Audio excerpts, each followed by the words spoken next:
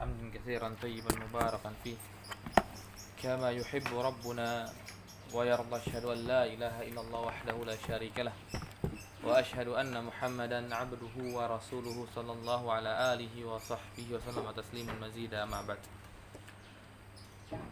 Alhamdulillah kita di hari ini bisa duduk-duduk. Insyaallah nanti ada kopi, jadi supaya kita nggak terlalu tegang ya.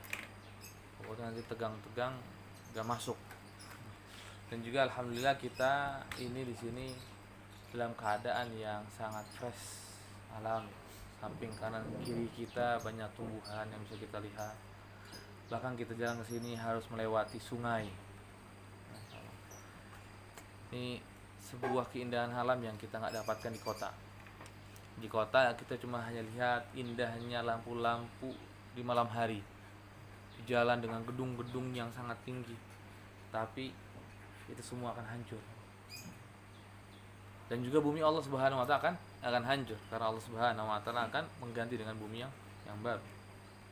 Dan juga alhamdulillah kita di sini bisa duduk untuk membahas tentang bagaimana keadaan para sahabat-sahabat Nabi Shallallahu Alaihi Wasallam ataupun para pemuda di masa itu untuk menghadapi bulan Ramadan.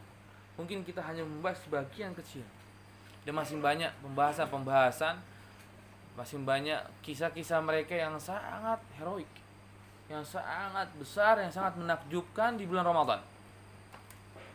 Kita hanya mengisahkan beberapa saja. Dan setelah itu insya Allah kita akan membahas sedikit tentang fikih Ramadan. Bagaimana dengan Ramadan tersebut. Maka kita mulai sekarang ini dengan sebuah kejadian yang besar, yang dimana Rasul Shallallahu Alaihi Wasallam menyebutkan sampai orang-orang yang terbaik adalah orang-orang yang mengikuti kejadian ini, dan juga para malaikat yang terbaik adalah malaikat yang mengikuti kejadian ini. Kejadian apa itu? Ada yang tahu? Perang Badar. Perang Badar di mana malaikat Jibril alaihissalatu wassalam menyebutkan kepada Rasul sallallahu alaihi wasallam, khiyarul malaika alladzi yashtarikuna fi hadhil ma'rakah. Malaikat Jibril pernah berkata kepada Rasul sallallahu alaihi wasallam, yang dimana sebaik-baiknya malaikat atau malaikat terpilih yang ikut dalam perang Badar. Dan juga Rasul akhirnya membahas bahwa begitu juga dengan manusia. Sebaik-baiknya manusia yang ikut adalah yang ikut perang Badar. Makanya sampai Rasul SAW menyebutkan bahwa Allah Subhanahu wa taala berkata kepada mereka, "I'malu ya ala Badr. I'malu ma syi'tum ya ala Badr." Berbuatlah sesukamu, semaumu, ya wahai orang-orang yang ikut perang Badar. Menunjukkan besarnya. Maka ketika Aisyah radhiyallahu anha dituduh tentang hadisul ifk, tahu hadisul ifk? Tahu kan kita? Kabar dusta kepada Aisyah. Kabar apa itu? Wallahu alam, kabar apa? Hah? Wallahu alam juga. Dituduh berzina. Aisyah radhiyallahu anha dituduh berzina dengan Sofwan. Dan salah satu yang mengucapkan ucapan tersebut adalah Mistah. Maka ketika Ummu Mistah, ibunya sendiri, lihat bagaimana mereka memberikan wala kepada Rasulullah sallallahu alaihi wasallam. Ketika sedang berjalan dengan Aisyah radhiyallahu anha di malam hari, karena ingin qadha hajat. Ketika dalam perjalanannya, taunya bertemu dengan Mistah. Makanya Ummu Mistah berkata, "Bi'sal Mistah." Buruk Mistah. Ibunya sendiri berkata, "Bi'sal Mistah." Buruk Mistah.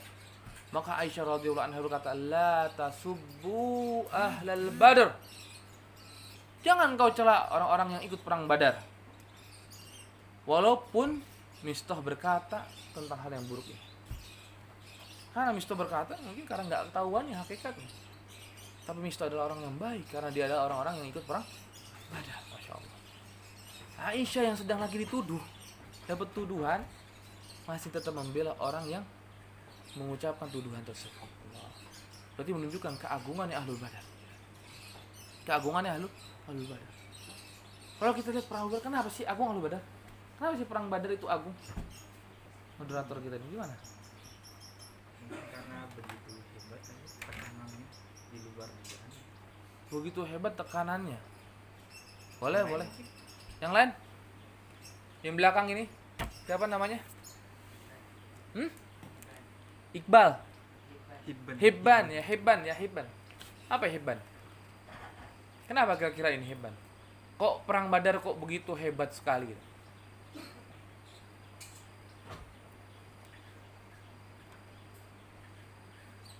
Nggak tahu. Iya, antum. Pertama kali perang. Masya Allah. Ya, salah satunya perang Badar kenapa begitu hebat? Karena adalah perang pertama. Salah satunya perang pertama. Tapi ada yang lebih daripada perang yang pertama. Apa itu? Terjadinya di bulan Ramadan.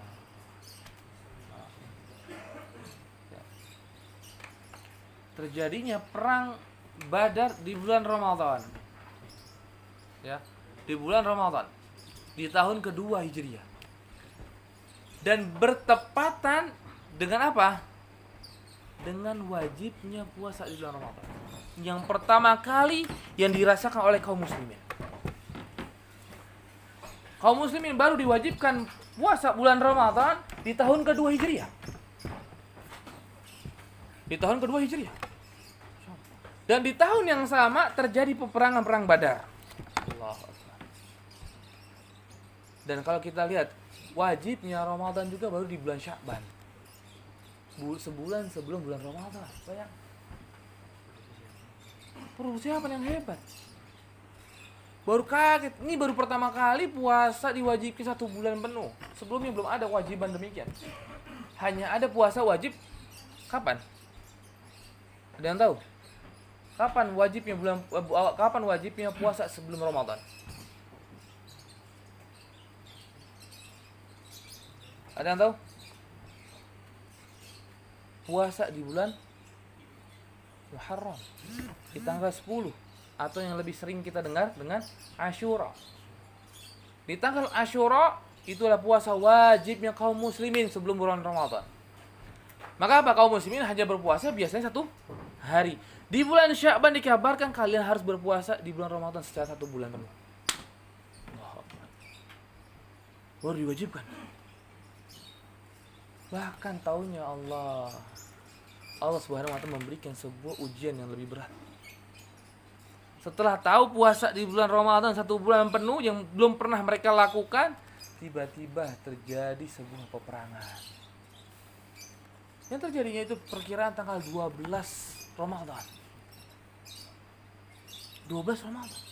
Perangnya melawan Quraisy lagi. Quraisy sudah sangat terkenal dalam peperangan. Sahabat Nabi SAW yang ketika itu bergabung dengan kaum muslimin belum pernah terkenal dalam perangnya. Karena belum pernah. Belum pernah diizinkan untuk perang. Dari awal. Bayangkan bagaimana mentalnya. Beda mentalnya antara kaum muslimin dengan orang-orang Quraisy. Antum misalkan nih sini belum pernah disuruh jadi imam sholat, tiba-tiba disuruh jadi imam sholat. Gimana tuh mentalnya dengan orang yang sudah biasa jadi imam? Oh, deg-degannya apa? Duduk. Sampai baca akhirnya sudah hafal jadi lupa gitu. Lagi baca. Bahkan yang parah nanti kalau lagi baca kuliah al-kafirun salah lagi, ulang lagi kuliah. Balik lagi. Mana lakum dinukum lihat ini enggak ucap kan? Karena keulang lagi. Ya. Nah, ini bayangkan kaum muslimin yang belum punya mental perang, yang belum ketika itu perang, walaupun mereka sebagian para sahabat Nabi SAW pernah perang. Ya, bagi Aus dan Khazraj itu pernah perang. Tapi bersama dengan pasukan kaum muslimin belum. Baru hanya sekedar syariah yang dimana cuma hanya menjegat, bukan perang. Maka tiba-tiba Allah Subhanahu wa ta'ala mengizinkan untuk ikut perang. Dan bahkan terjadi sebuah peperangan di Badar. Kalau kita lihat lagi perang Badar, itu perang yang tidak disiapkan oleh kaum muslimin. peperangan yang tidak disiapkan secara persiapan yang sangat canggih, enggak. Bahkan sampai disebutkan riwayat, mereka hanya membawa silah safar. Apa namanya itu? Pedang safar. Orang biasanya kalau bawa safar, bawa pedang itu beda dengan orang yang bawa pedang untuk perang. Beda kita senjata, kalau seandainya seharian itu biasanya yang kecil kan. Tapi kalau mau perang nggak mungkin kita bawa cuma ini sebagai simpenan, kita pasti bawa yang besar. Jadi mereka itu cuma hanya membawa senjata yang ada ala kadarnya. Ala kadarnya. Walaupun sebelum itu emang banyak para sahabat Nabi Shallallahu Alaihi Wasallam yang datang kepada Rasul yang tidak diizinkan untuk ikut perang, yang tidak diizinkan untuk ikut serta dalam Badar. Enggak. Maka seperti Abdullah ibni Umar ditolak. Anaknya Umar bin Khattab tolak. Enggak mandang Rasulullah walaupun anaknya Umar, kalau dia belum waktunya belum. Ditolak Abdullah bin Umar. Sedangkan usia ketika itu 12 tahunan. Abdullah ibni Amr bin As ditolak juga. Berarti ada yang ditolak, ada yang di sini, ada yang nggak di sini nama Rasul.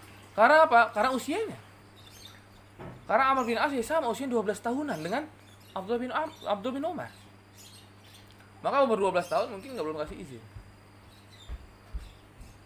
Tapi mereka apakah setelah itu nggak berbuat sesuatu di bulan Ramadan tersebut? Enggak.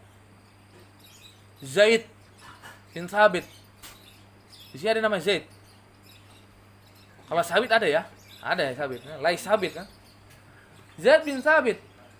Usia 12 tahun. Kemudian ditolak. Ditolak Rasulullah SAW. Menangis ke ibu. Menangis ke ibu. Ngadu ke ibu, ya wahai ibuku, aku ditolak sama Rasul untuk ikut perang. Bukan ngadu ke ibu saya telah putus sama si Fulana. Ya Allah bu, sedih bu. Tolonglah bu, kabarin bu ke Fulana itu, jangan putusin saya. Mungkin sebagian kaum muslimin sekarang demikian ya. Kalau putus cinta, aduh kayak hancur semuanya gitu kan. Jadi berat. Jadi berat gitu. Jadi untuk melakukan makan aja jadi gak mood gitu ya. Makan gak nafsu. Tapi kalau dulu Zaid bin Thabit sedih, menangis karena tidak bisa ikut perang Badar. Akhirnya ibunya cerdas. Ibunya gak habis pikir, cerdas nih. Datang ke Rasulullah SAW berkata, ya Rasulullah, huwa gulamul alim. Dia ini gulam yang alim, yang cerdas, zaki. Ya mungkin kau gak izinkan dia ikut perang Badar, tapi dia ada gulam yang zaki ya Rasulullah.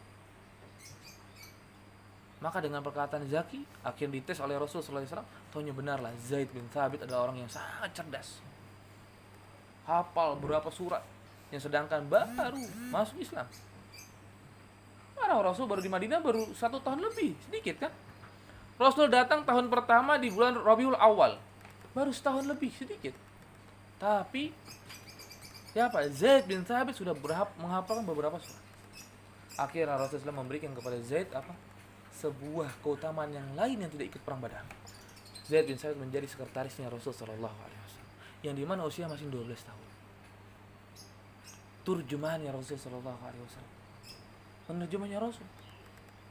Dengan orang-orang Yahudi, dengan orang-orang Nasrani, dengan orang-orang Suriah. Rasulullah Zaid bin Thabit menjadi terjemah. Setelah tahu bahwa Zaid adalah orang pintar, Rasul langsung memerintah kepada Zaid, belajarlah engkau bahasa Ibrani. Taunya Masya Allah, udah gak nyampe 3 minggu, 17 harian, Zaid bin Thabit sudah bisa berbicara bahasa Ibrani seperti orang Yahudi ngomong. Kayak ngobrol gitu. Kayak ngobrol biasa. Jadi bukan lagi cuman asal bisa, kaifa haluk, alhamdulillah khair. Bukan demikian doang, bukan. Bukan sekedar ya mas muka, ismi fulan, enggak. Tapi apa namanya? Kalisani. Seperti lisannya orang Yahudi. Zaid bin Thabit cuma belajar hanya beberapa belas tahun saja. Hanya beberapa belas tahun saja. 12 tahun. Kemudian bisa membahasa Ibrani. Kemudian setelah itu Rasulullah berkata kepada Zaid, kemudian belajarlah engkau bahasa Suriah. Maka Zaid bin Thabit berkata, aku hanya belajar beberapa belas hari, kemudian aku bisa berbicara seperti biasa bicaranya mereka. Maka jadilah dia sekretarisnya Rasulullah SAW. Anak usia 12 tahun. Bekerja di waktu apa? Waktu Ramadan. Karena perang Badar itu di waktu Ramadan. Dia nangis gak bisa ikut perang Badar. Berarti apa? Dia lakukan itu, belajar bahasa Ibrani ketika Ramadan. Ya nggak? Kala yang para sahabat itu perang, dia belajar. Dia belajar bahasa Ibrani. Karena dia nggak mau ketinggalan dengan orang-orang yang ikut perang Badar. Maka dia cari cara lain supaya bisa menyamai orang-orang perang Badar. Dengan cara, diikuti perintah Rasulullah SAW belajar bahasa Ibrani. Dan Masya Allah, Allah Subhanahu wa Ta'ala berikan keberkahan kepada Zaid. Bisa belajar hanya cuma berapa belas hari saja. Bisa bahasa Ibrani dengan, bukan sekedar bisa, tapi dengan ahli. Seperti orang Ibrani berbicara. Sedangkan kita tahu, kalau kita cek mungkin bahasa Ibrani adalah bahasa tersulit. Mungkin bisa dicek, bahasa Ibrani itu bahasa pertama atau keberapa tersulit terdunia. Dunia ini bahasa Ibrani itu termasuk bahasa yang paling sulit. Tapi hanya dikelarkan oleh Zaid bin Thabit beberapa belas hari. Dan itu dilakukan kapan? Bulan Ramadan. Enggak, jadikan bulan Ramadan kita sekarang seringnya kita itu bulan Ramadan adalah bulan malas. Ya enggak? Aktivitas, nggak mau beraktivitas, akhirnya kita cuma hanya tidur, ngaji, ya kan? Walaupun ngaji adalah ibadah besar, kan? Tapi cuma ngaji, tidur, ngaji, sholat, tarawih, selesai, nggak ada aktivitas yang lain. Kita nggak mau membuat sebuah gerakan untuk Islam. Lihat, Zaid bin Thabit membuat sebuah gerakan yang besar. Karena apa? Orang Yahudi kok sering bohong. Ketika sudah ketahuan ada di antara mereka yang zina, kemudian Rasulullah berkata rajam. Ketika diberi hukum oleh Rasulullah rajam, maka mereka nggak mau. Di hukum kami nggak ada rajam, bohong. Maka alhamdulillah ketika itu ada Abdullah bin Salam berkata, ada di kitab Yahudi, silakan dibuka. Maka ketika dibuka, tahunya tangan salah satu pendeta tersebut menutup sebuah lembaran dan berkata, nggak ada tuh, nggak ada. Akhirnya karena Abdullah bin Salam tahu, ya Rasul suruh angkat tangannya. Maka Rasul berkata, angkat tanganmu. Enggak ada. Angkat tanganmu. Maka ketika diangkat, maka fawajada ayatul rajam. Maka dapatlah ada ayat rajam yang ditutup oleh Yahudi. Maka karena Rasul merasa enggak aman dengan Yahudi, maka cari orang yang bisa bahasa dengan bahasa orang Yahudi. Zaid bin Thabit. Dia mentranslate gitu. Mentranslate semua. Dia yang bikin surat nanti, dia yang berdiplomasi dengan mereka. Bayangin usia 12 tahun. Di sini ada yang usia masih 12 tahun? Nggak ada ya? Ada yang 21 mungkin ya? 21. Ada yang 21, usia berapa? 25. 25, lebih tua dikit ya? Iya. Tapi kalau dibalik bahaya. Kalau dibalik bahaya, 52 nanti. Masya Allah. Jadi paling tua ya? Kopinya bisa diambil? Boleh, ya silakan diambil. Takutnya pada ini ngantuk. Hah? Iya, takut keburu dingin. Enak anget-anget kan? Ya silakan diambil. Ambil aja. Biar gak ngantuk. Biar gak ngantuk. Soalnya takutnya ini yang di belakang sendirian siapa tadi? Hibban. Hibban ini nama salah satu ulama kita, ulama besar. Ibnu Hibban. Moderator nggak perlu kayaknya.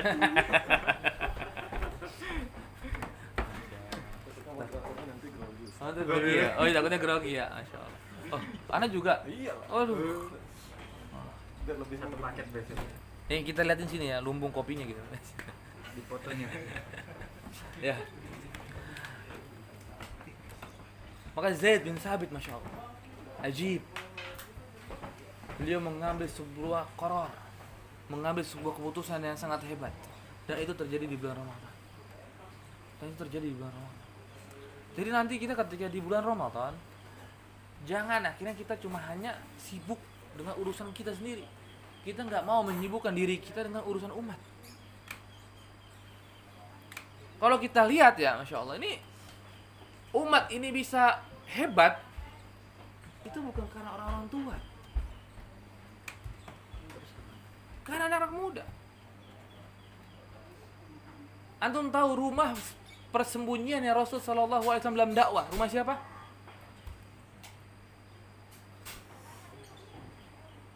Rasulullah itu memiliki sebuah rumah yang dipakai untuk markas ketika di Mekah.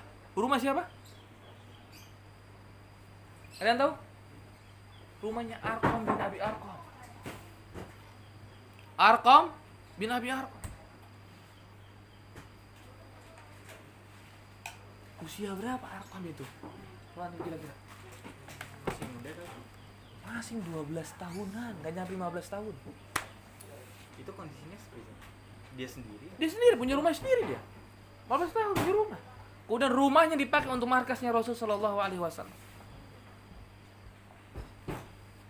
Tolha bin Ubaidillah, Zubair bin Awam.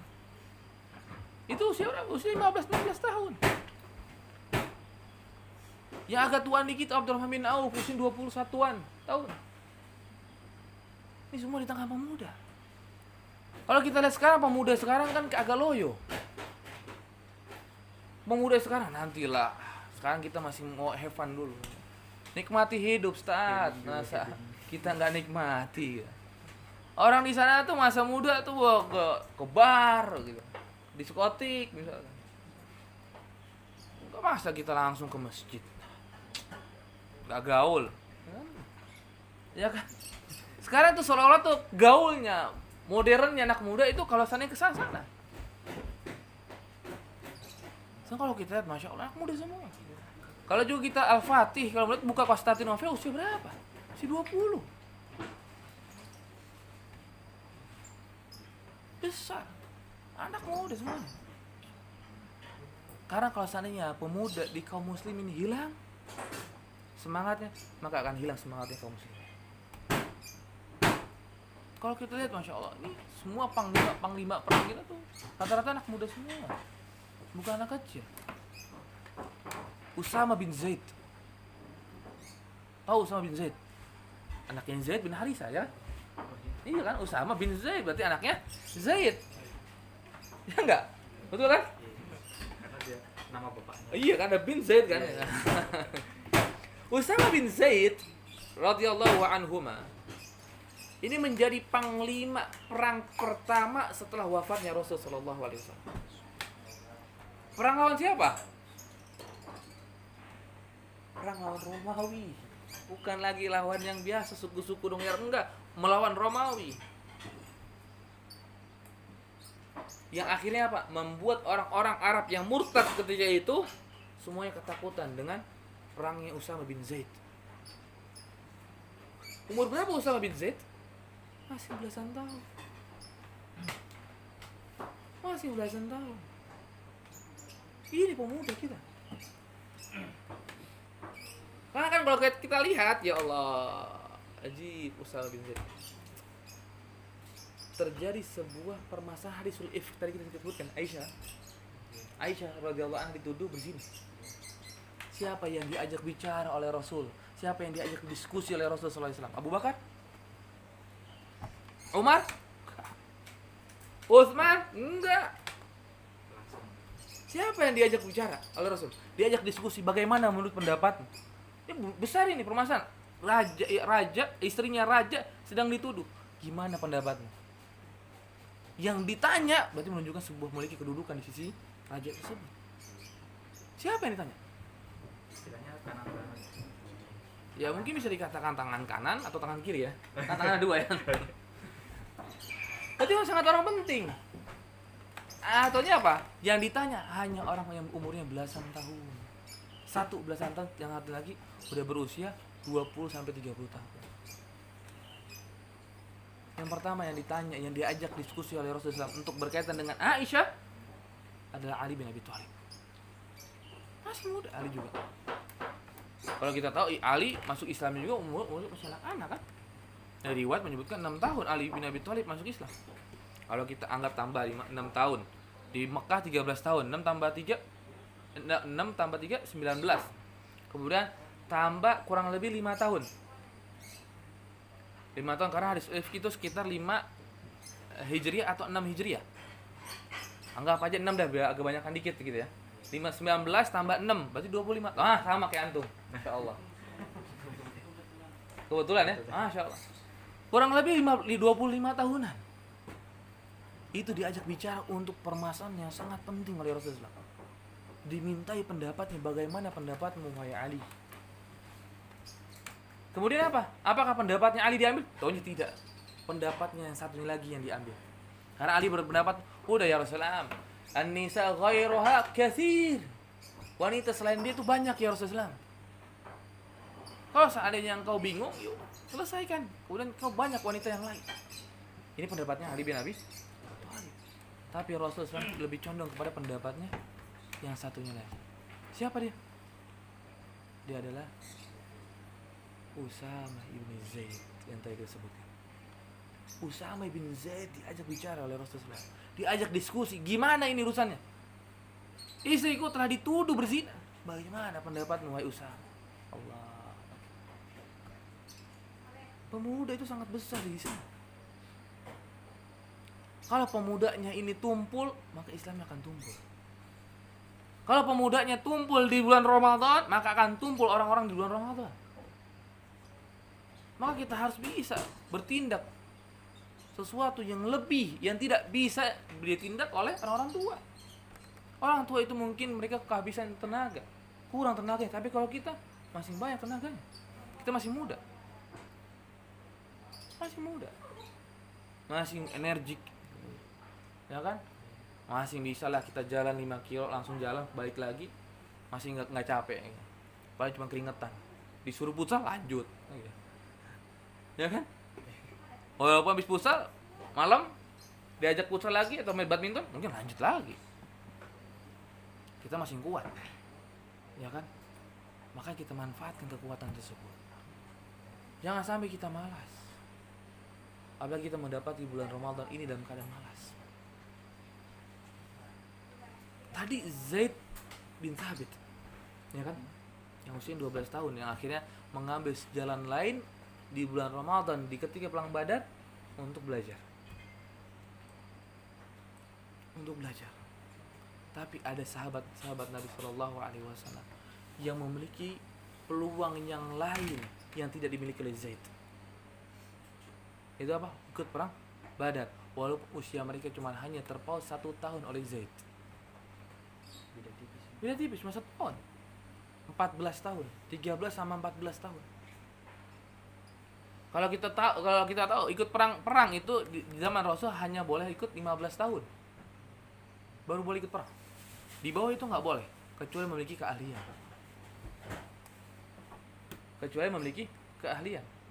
Bahkan kalau kita lihat Abdullah bin Umar itu sempat ditolak ketika di perang Khandaq oleh Rasulullah SAW. Walaupun ketika itu usia 15 tahun. Ditolak. Ya karena ditolak, umur masih 15, bentar lah, masih belum boleh ikut. Akhirnya ketika Abdullah bin Umar melihat ada saudaranya itu diizinkan untuk ikut perang, maka Abdullah bin Umar berkata, "Oh, Rasulullah, saya itu lebih jago daripada dia. Coba tes." Maka ketika dites, tahunya Abdullah bin Umar itu sangat hebat, sangat piawai dalam memanah. Akhirnya diizinkan oleh Rasulullah SAW untuk ikut perang Khandaq. Tapi ada yang umur 13 tahun dan 14 tahun diperbolehkan ikut perang Badar.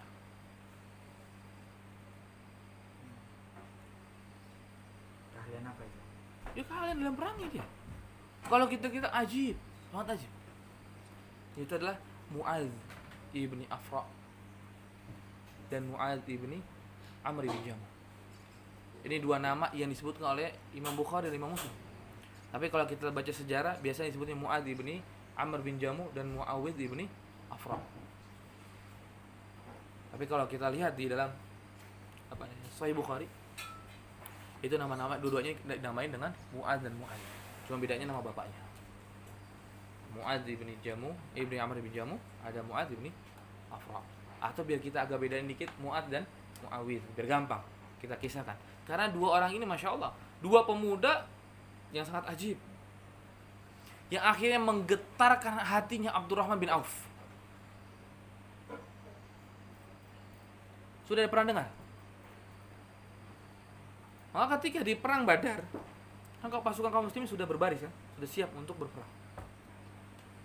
Biasanya Rasulullah SAW memberikan kepada yang di depan itu orang-orang yang sudah sangat ahli, berpengalaman. Yang di belakang tuh yang biasanya yang agak lebih muda, karena mereka belum punya mental, belum punya ini kan. Tiba-tiba Abdurrahman bin Auf ketika itu kaget ketika melirik kanan dan kirinya. Taunya di sebelah kanannya ada Mu'adz dan sebelah kiri ada Muawidh. Dan akhirnya dia berkata kepada dirinya, "Aku tidak merasa aman ketika perang Badar." Anak kecil ya Allah, umur 13 tahun, 14 tahun. Ngapain ini? Ya kan? Ya kalau kita baru lulus SD, paling 13 tahun. Ya kan? Sekarang kan kita wajib sekolah 7 tahun. Di Indonesia. Di Indonesia wajib 7 tahun. Kemudian kan tambah 6, 13. Anak SD baru lulus SD. Apa yang sebelah saya? Gimana saya nanti di perang Badar? Itu yang dirasakan oleh Abdurrahman bin Auf. Yang sampai dikisahkan. Beliau ngomong sendiri, saya itu merasa tidak aman dengan adanya Mu'adz dan Muawiyah. Tetapi hal tersebut hilang ketika salah satu di antara mereka bertanya kepada saya. Ketika Mu'adz menyinggol, "Ya Am, ya Ami." Karena dulu tuh kalau orang Arab tuh manggil kalau yang lebih tua biasanya manggil Ami. "Ya Ami, wahai paman, paman. Hal tadru man Aba Jahal?" Tahu nggak Abu Jahal siapa? Oh, tahu saya. Tahu saya Abu Jahal. Maka setelah itu, aina huwa? Di mana dia sekarang? Kaget Abdullah bin Auf. Anak kecil nyariin Abu Jahal. Ngapain? Kemudian akhirnya bertanya, buat apa engkau bertanya tentang Abu Jahal? Maka berkata dia, "Inni sami'tu anna Aba Jahal yasubbu Rasulullah sallallahu alaihi wasallam." Karena aku pernah mendengar Abu Jahal ini sering mencela Rasul sallallahu alaihi wasallam. Kabarkan kepadaku wahai paman. Di mana Abu Jahal? Maka ketika mendengar hal tersebut, Abdurrahman bin Auf bergetar hatinya. Ya kalau kita bahasa sekarang, wah udah merasa aman. Taunya ini bukan anak kecil biasa. Ya kan? Datang perang tujuan cuma satu, kepada Abu Jahal. Kalau kita tahu Abu Jahal bisa kita katakan rajanya kota Mekah. Yang dimana Abu Jahal tersebut dijaga oleh pasukan perang. Khusus, ada pasukan khusus yang menjaga Abu Jahal. Karena dia tokoh terbesarnya orang-orang Quraisy. Maka ada yang menjaga di samping-sampingnya. Kemudian setelah selesai Mu'adz bertanya, tiba-tiba di sebelahnya nyenggol lagi Muawiyah dengan pertanyaan yang sama. Maka setelah itu Abdurrahman bin Auf merasa, wah aman saya di tengah-tengah ini. Saya di tengah-tengah pemuda yang sangat bersemangat. Setelah terjadi peperangan, ketika Abdurrahman bin Auf melihat orang yang tujuh itu adalah Abu Jahal. Siapa nama Abu Jahal aslinya?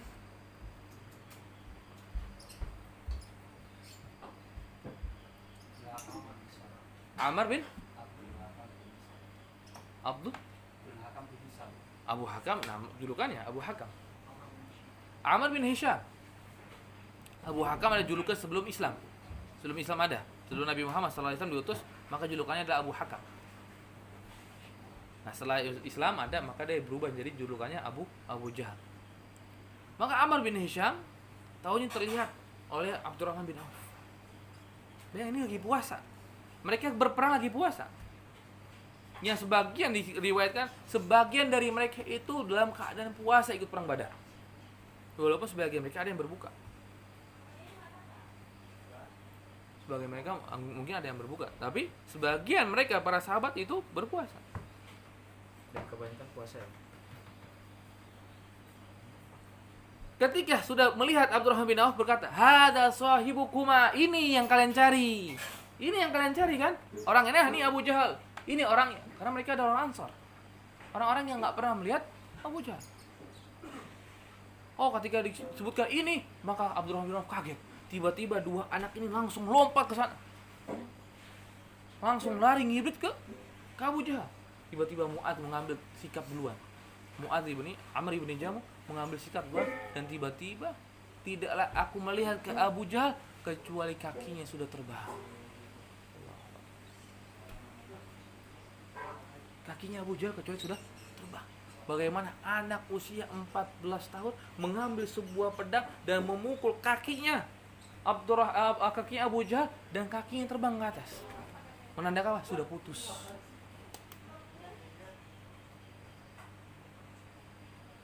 Lihat semangatnya pemuda.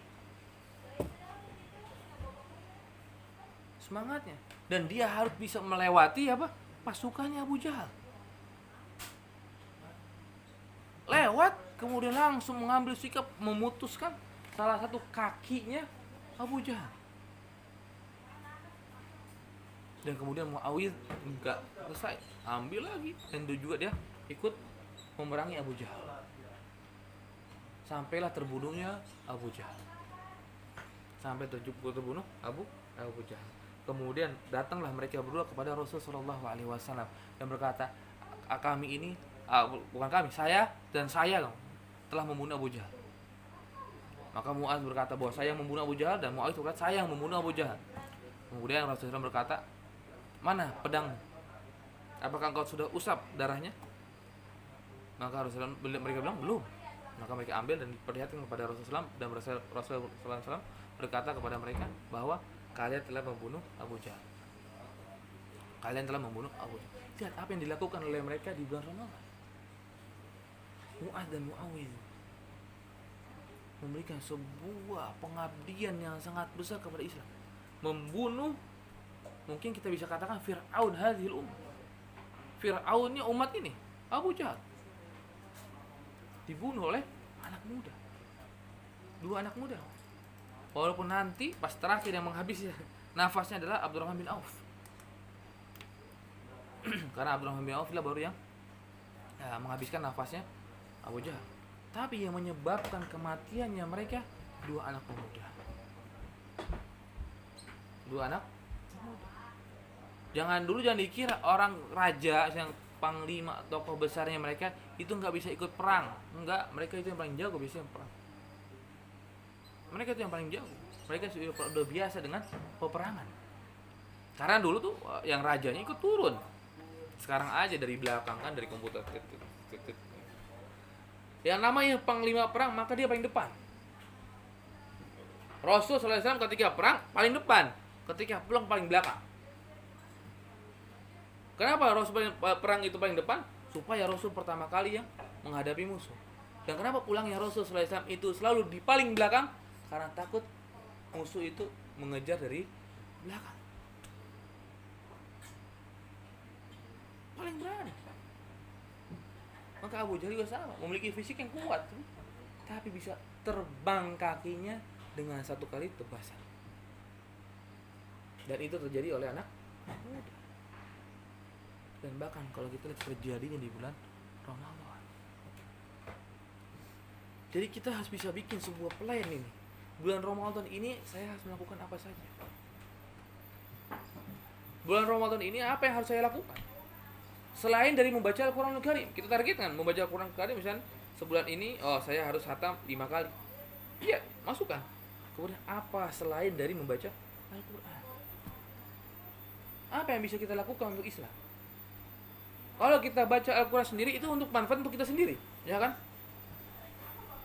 Tapi kita harus berpikir apa yang bisa saya berikan untuk umat ini dari kemampuan yang kita miliki. Dari kemampuan yang kita miliki. Lihat seperti Mu'adz dan Muawiyah. Lihat sebagaimana Zaid bin Thabit. Mereka memiliki perannya mereka masing-masing. Mu'adz perannya ketika itu dalam peperangan, maka membunuh Abu Jahal. Kemudian Zaid bin Thabit memiliki peran dalam ilmu. Dan akhirnya menjadi sekretarisnya Rasulullah SAW. Maka mulai kita pikirkan sekarang, bulan Ramadan ini saya harus bisa ini, bisa itu. Kita harus biar kuat. Dan jangan kita habiskan di bulan Ramadan hanya untuk perkara tiduran saja, rebahan. Jangan jadilah kita kaum rebahan di bulan Ramadan. Ya. Jangan jadi bulan Ramadan ini sebagai kaum rebahan. Karena sekarang lagi tren kan, ada kaum rebahan gitu. Istilah baru. Maka kita jangan jadi kaum rebahan di bulan Ramadan, tapi jadilah orang-orang yang semangat di bulan Ramadan.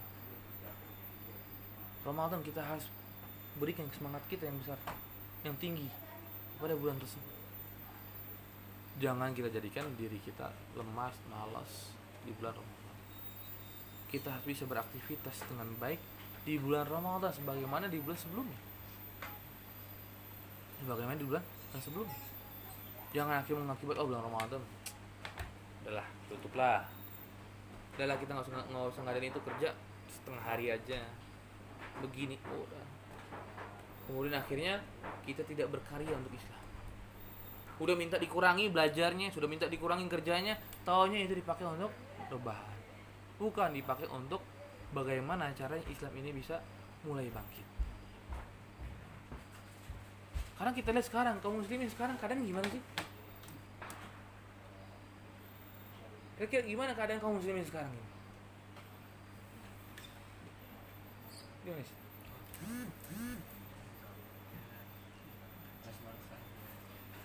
Malas-malasan. Kacau.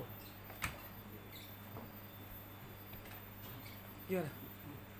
Apa yang antum dapatkan tentang kaum muda dari kaum muslimin ini? Iya sekarang ini. Hah? Malas-malasan. Kacau. Hah? Kebanyakan menunda. Masya Allah. Terus? Apa? Suka rebahan, makanya terjadi sebuah kaum rebahan ya.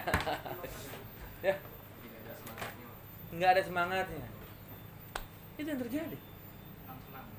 Senang-senang, foya-foya. Apa hiban? Kira-kira antum lihat kaum muda sekarang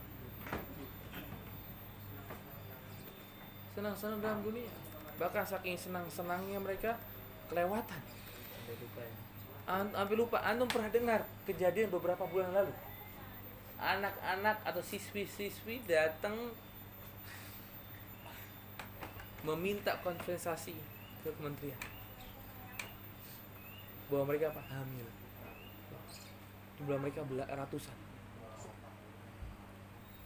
kebablasan mereka. Kalau seandainya kita pemuda sekarang nih yang alhamdulillah jumlah kalian ini mungkin nggak terlalu banyak, tapi kalau antum semuanya ini bergerak untuk Islam, maka akan terjadi sebuah perubahan.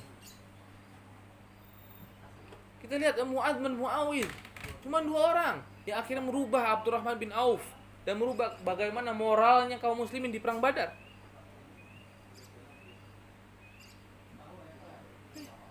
Bagaimana Al-Fatih yang sering disampaikan bisa membuka kota. Bagaimana Imaduddin Az-Zinki, anak muda umur 20 tahun bisa menyelamatkan kota kaum muslimin dari tangannya orang-orang Romawi, dari perang salib. Bagaimana mereka? Insyaallah. Karena mereka bergerak untuk Islam, bukan mereka gerakan Islam untuk mereka. Kita sering bertanya, apa yang Islam berikan kepada kita? Ya. Kalau saya sholat ini, apa yang saya dapatkan? Kalau saya ibadah itu, apa yang saya dapatkan? Kita jarang untuk melakukan sesuatu. Ini ya Allah, saya pengen berikan untuk Islam.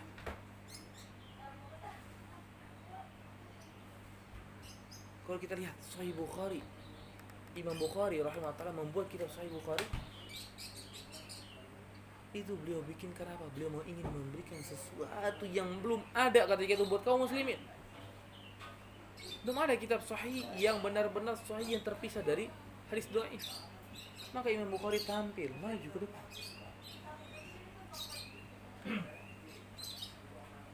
Maju untuk memberikan kepada umat. Apa yang bisa antum berikan kepada umat, berikan itu. Enggak harus kok antum semua di sini kalau gitu berarti saya juga pengen nulis hadis. Enggak harus.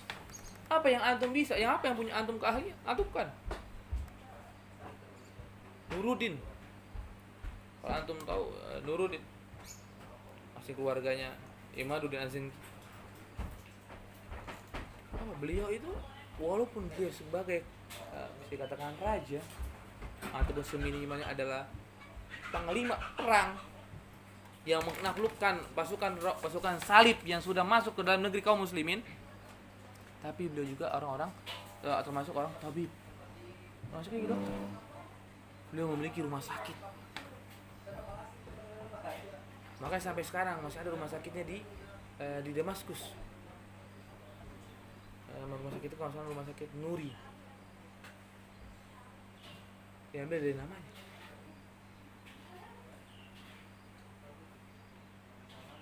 Banyak yang bisa kita lakukan dari apa yang kita bisa. Kita bisa majukan kaum muslimin itu dari apa yang kita miliki. Jangan kita biarkan kaum muslimin sekarang diam, tidak bergerak, tidak lagi ada sebuah semangat dalam membela agamanya mereka. Kita sekarang ini kayak seolah-olah dari segala sisi kita mundur. Ya enggak? Mau dari sisi teknologi kita mundur, ya enggak? Dari sisi ekonomi, jadi seolah-olah terkena kaum muslimin ada orang miskin.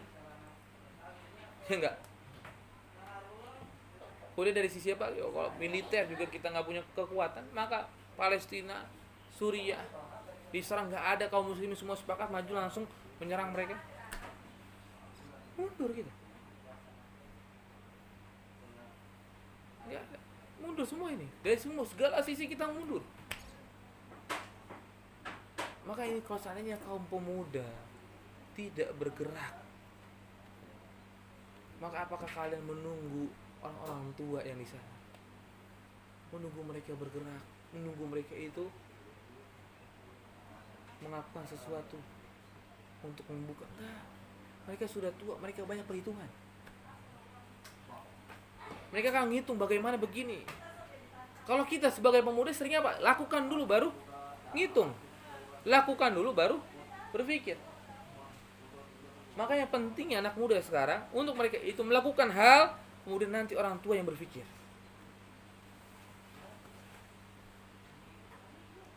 Jangan kita kira juga mereka ini orang-orang anak muda yang bisa membuka kotak-kotak kaum muslimin, yang memiliki sebuah ketinggian. Mereka nggak ada orang-orang tua di samping mereka. Ada banyak. Dia selalu menasihati mereka. Salahuddin Al-Ayyubi punya orang tua yang menasihati dia. Al-Fatih ada orang yang tua yang menasihati dia. Tapi apa? Islam itu butuh dua. Butuh yang berani bergerak, maju ke depan, dan butuh apa? Yang menasihati orang yang bergerak.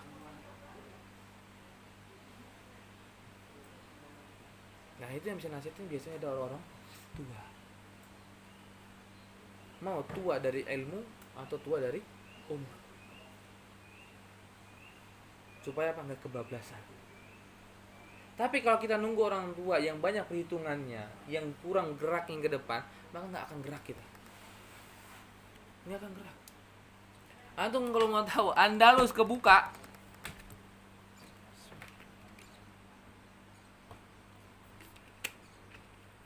Andalus kebuka dan Andalus bisa menjadi sebuah kota yang maju. Kota yang hebat. Walaupun setelah itu sudah kebuka, tapi mereka belum maju. Itu ada seorang anak dari kerajaan Umayyah yang kabur dari kejaran Abbasiyah, kemudian menuju Andalus, yang akhirnya membuka kota Andalus makin besar, yang akhirnya memimpin kota Andalus. Usia masih belasan tahun.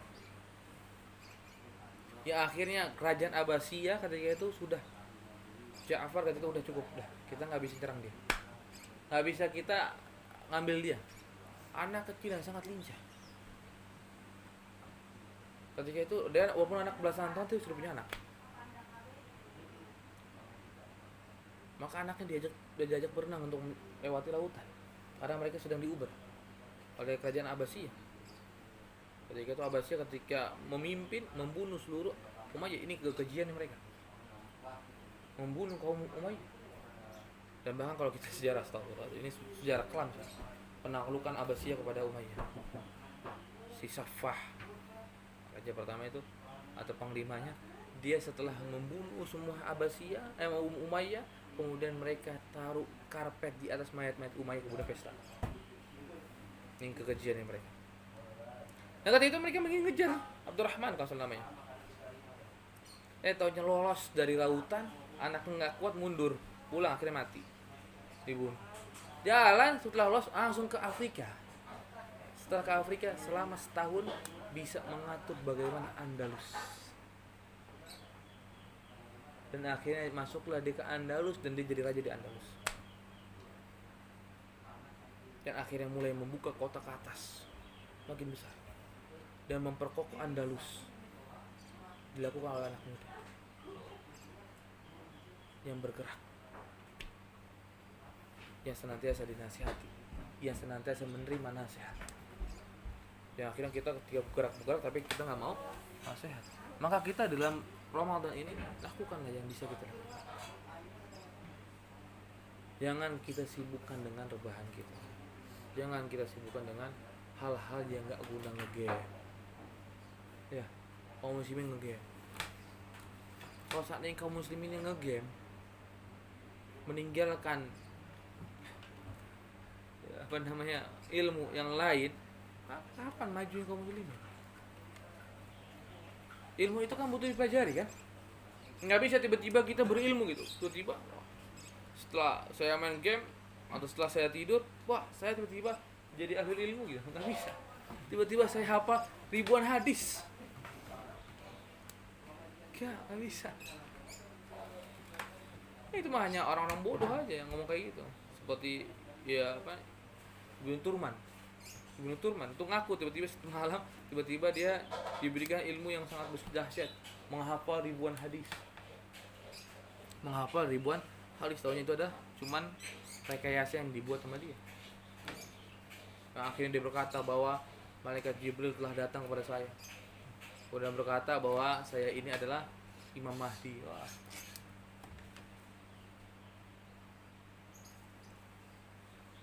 Maka kita kaum muslimin harus bisa memiliki kesemangatan yang tinggi.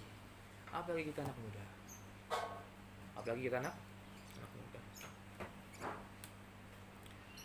Ya, jangan sampai kita malesan.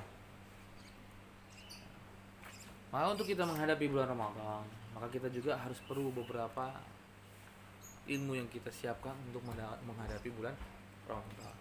Ada beberapa fikih Ramadan yang harus kita ketahui.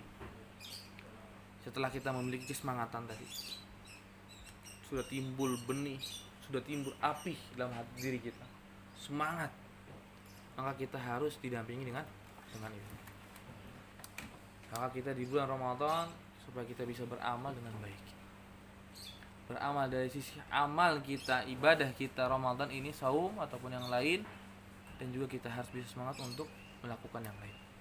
Jangan diam. Intinya jangan diam di tempat. Maka kita masuk ke dalam Ramadan. Ya, dalam bulan Ramadan. Mungkin kita sering dengar keutamaan bulan Ramadan. Ya enggak? Sering kita dengar, apa itu keutamaan bulan Ramadan? Apa keutamaan bulan Ramadan, Pak? Dibukanya pintu surga. Apa lagi? Ditutupnya pintu neraka.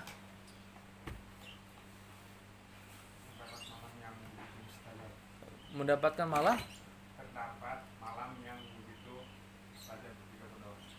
Malam yang begitu saja. Oh, maksudnya Lailatul Qadar. Oh, ada malam Lailatul Qadar. Hibban, gimana Hibban?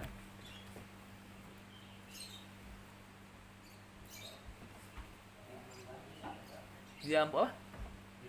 Belenggunya setan-setan. Masya Allah. Apa? Hah? Udah mulai kritis nih, habis nih. Udah bilang bingung, apalagi gitu ya. Sudah disebutin. Apa lagi kira-kira? Masih ada banyak. Diturunkan Al-Quran. Iya.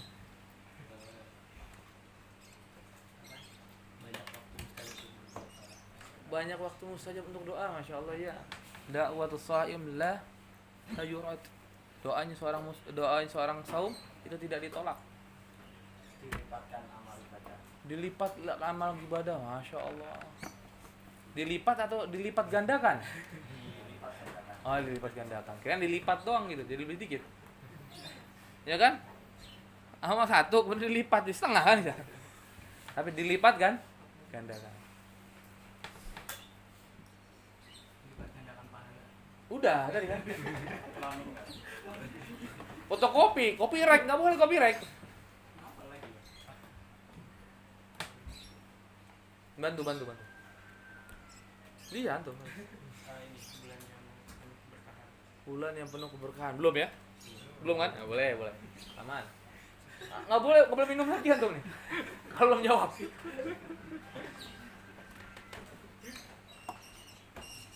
Tidak, tunggu apa?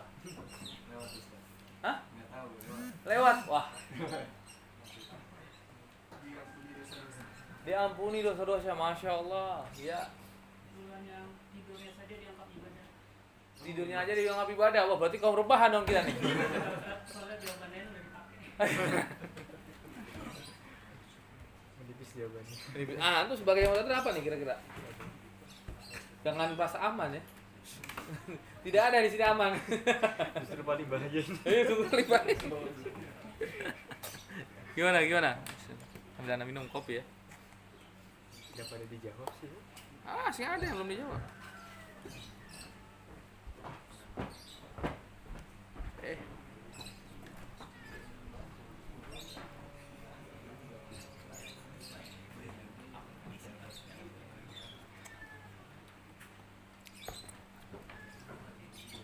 Dulu kita tanya sama panitia ya. Ini coba. Udah merasa aman dia. Oh, ngecek.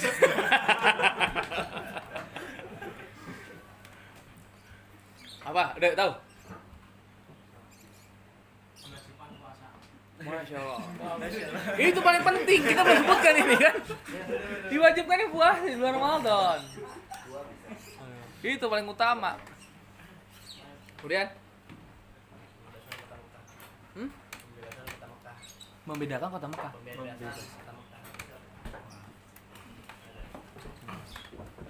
Ya walaupun emang itu di bulan Ramadan, tapi bukan jadi sebuah keutamaan Ramadan karena membiasakan kota Mekah di bulan Ramadan. Ya syukran, ini diingatkan kita. Bulan Ramadan itu dibuka ketika Ramadan. Maaf, kota Mekah dibuka ketika bulan Ramadan, sama seperti perang Badar. Akhirnya Rasulullah SAW itu mengadakan Idnya itu di Mekah. Oh, ada satu. Apa? Nikmat berbuka. Nikmat berbuka, masya Allah. Lisaimi farhatan, kata Rasulullah kan. Bagi orang saim itu ada dua kesenangan. Satunya apa? Indul Fitr, ketika berbuka. Yang kedua ketika bertemu dengan Allah Subhanahu wa Ta'ala. Masya Allah. Aman berarti ya. Berarti belum panitia. Wah, harus jawab ini. Hah? Apa? Memanen amal. Udah tadi mirip kan, lipat ganda kan, mirip lah. Dengan panen.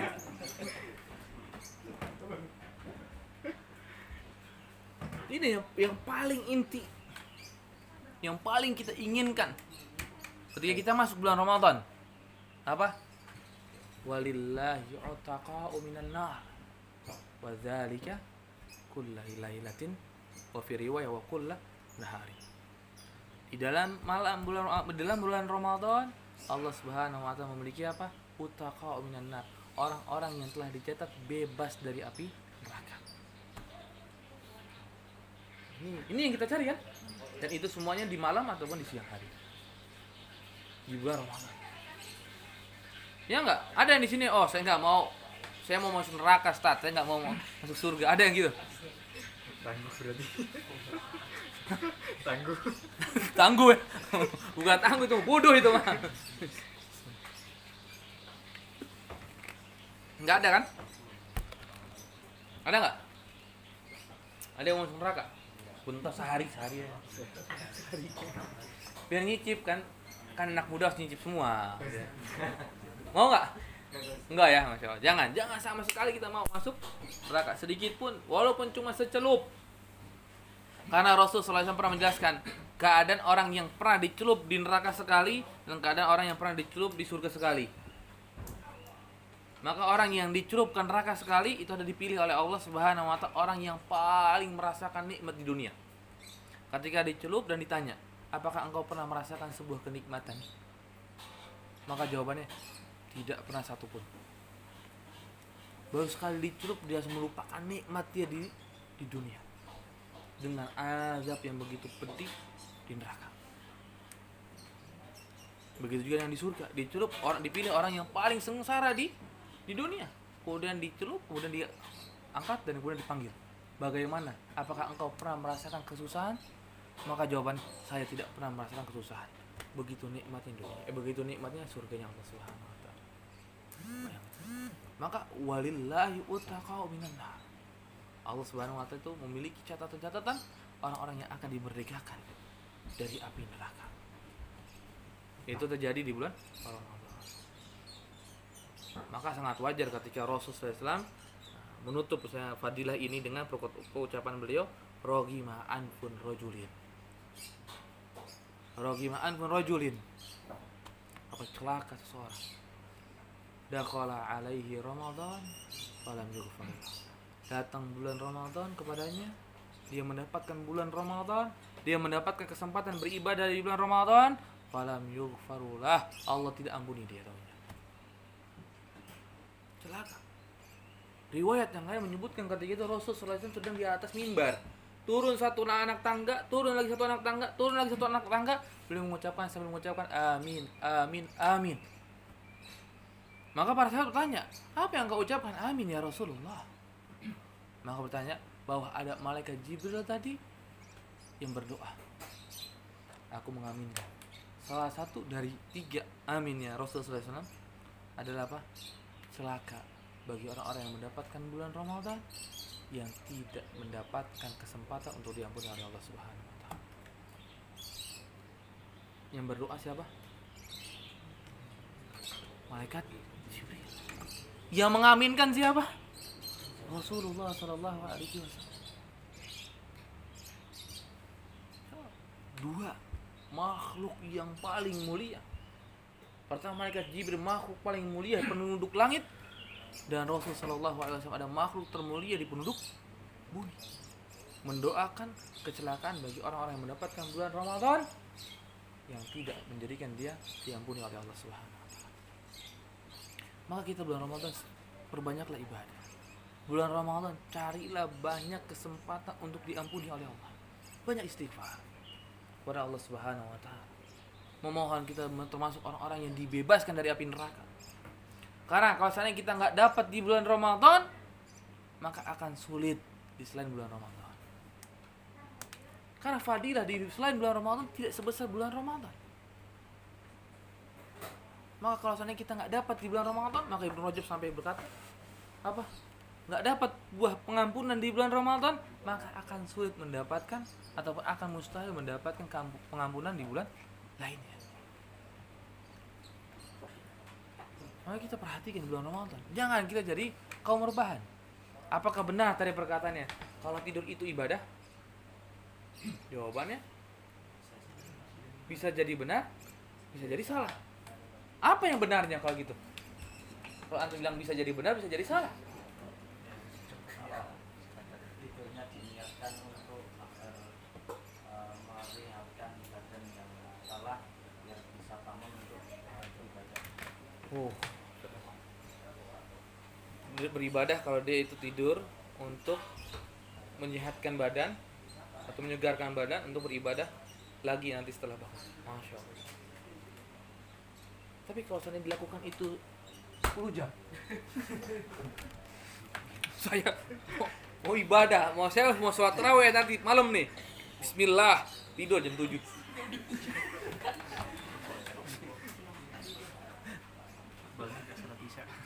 Bangun tapi nggak sholat isya, Masya Allah. Ibadah? Bukan ya.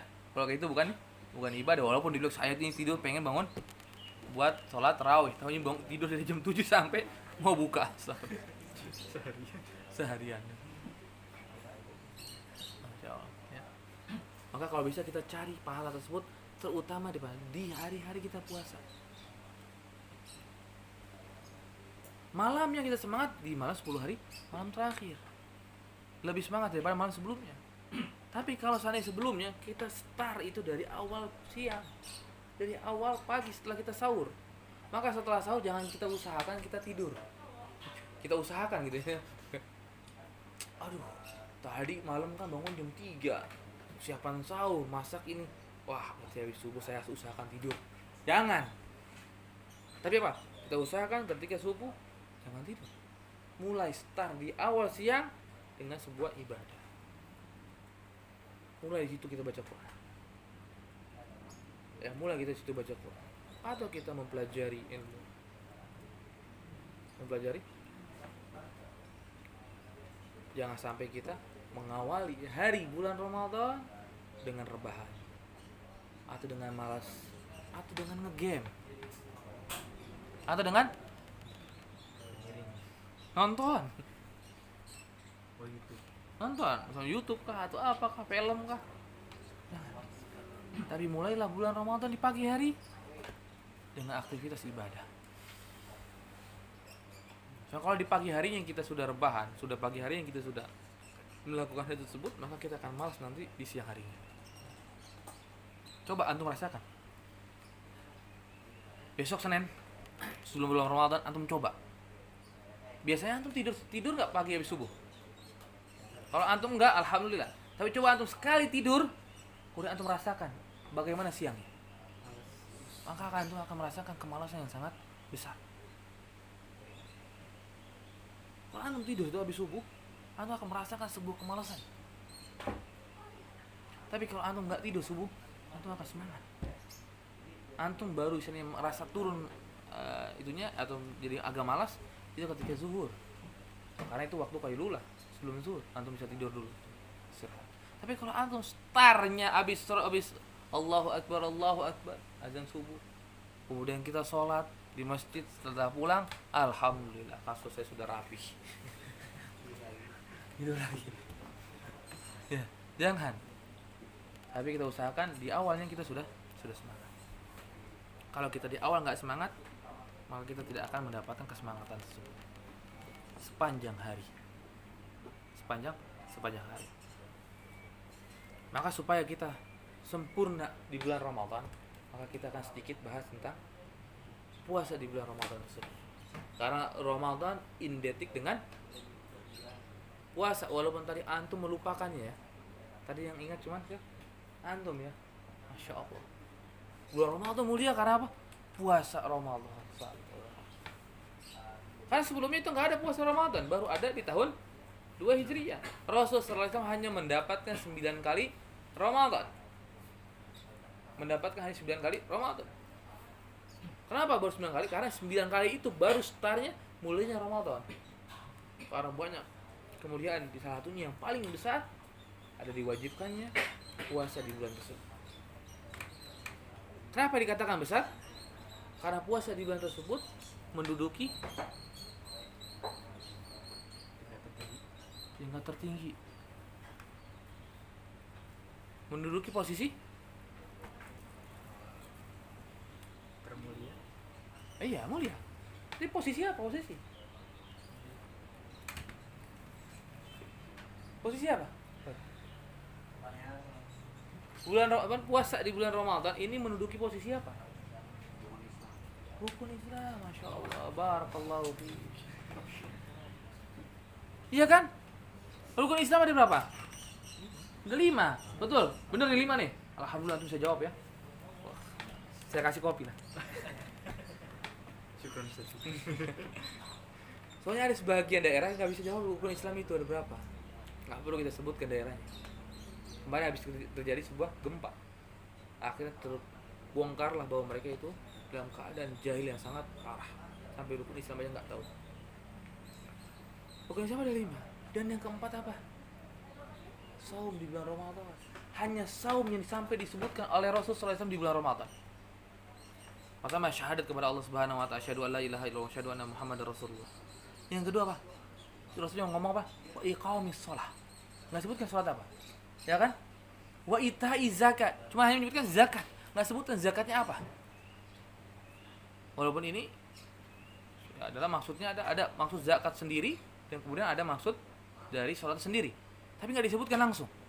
Tapi beda dengan puasa. Puasa wa shaum Ramadan. Wa shaum Ramadan. Saum di bulan Ramadan. Maka kita harus memberikan sebuah perhatian yang betul. Jangan sampai kita puasa di bulan Ramadan, ketika kita ke pasar, kita belanja, kita berbuka. Kalau seandainya menyebabkan kita puasa, ketika menyebabkan kita ke pasar itu buka puasa, maka jangan datang ke pasar. Banyak godaan. Bukan sekedar banyak godaan. Kan pasar, apalagi kalau seandainya kita nemenin kaum Hawa ya. Ini kadang laki-laki itu nggak kuat, nggak memiliki kekuatan seperti kaum Hawa untuk belanja. Nah, kalau kaum Hawa kan di jalan sana, wah biasa. Capeknya nanti kalau udah nyampe rumah, aduh ya Allah. Kalau kita sebelum dulu nyampe rumah udah tepar, nggak kuat. Akhirnya kita berbuka. Karena saya pernah dikabarkan oleh ibu tuh, di Tanah Abang, ketika ibu lagi belanja di Tanah Abang, itu melihat banyak orang sudah berani untuk minum makan di pasar. Mereka sudah nggak merasa ini bulan Ramadan. Mereka nggak merasa bahwa puasa bulan Ramadan adalah ibadah yang tertinggi terjadi di bulan Ramadan. Karena apa? Karena mereka tidak mengerti bagaimana Ramadan, bagaimana puasa di bulan Ramadan. Maka kita akan bahas sedikit untuk pembahasan tersebut sampai waktu yang ditentukan. Mungkin kalau seandainya kita nggak selesai ini, mungkin kita bisa ganti di tempat lain, atau kita lanjut di tempat ini untuk melanjutkannya. Ya. Mungkin nanti Sat di rumah aja Sat, misalkan menyuruh. Sat di masjid anak aja boleh, silakan. Atau Sat lanjut lagi di sini, silakan. Nah, maka di bulan Ramadan atau puasa bulan Ramadan, maka kita harus pertama tahu, mengerti tentang definisinya. Walaupun sebagian ulama tidak suka dengan definisi. Ya, definisi sesuatu yang sudah sangat jelas. Ada di sini nggak tahu apa itu nama puasa ataupun saum. Ada yang nggak tahu? Antum tahu saum? Antum kenal dengan saum, dengan nama saum? Antum tahu? Tahu saum? Kan ada nama saum atau puasa lah bahasa Indonesianya. Tahu saum? Puasa? Tahu nggak? Nggak, saya nggak nanya mana tahu nggak? Tahu dulu nggak? Oh, satu-satu. Itu nyengir-nyengir tahu itu ya. Yang mana itu? Baju putih ini. Oh, baju putih yang gini. Gimana? Baju putih? Nggak tahu saum? Tahu. Antum nggak tahu saum? Belum tahu? Hah? Menahan? Nggak, saya tahu nggak dulu? Tahu berarti kan? Tahu kan? Apa yang antum nggak tahu tentang saum?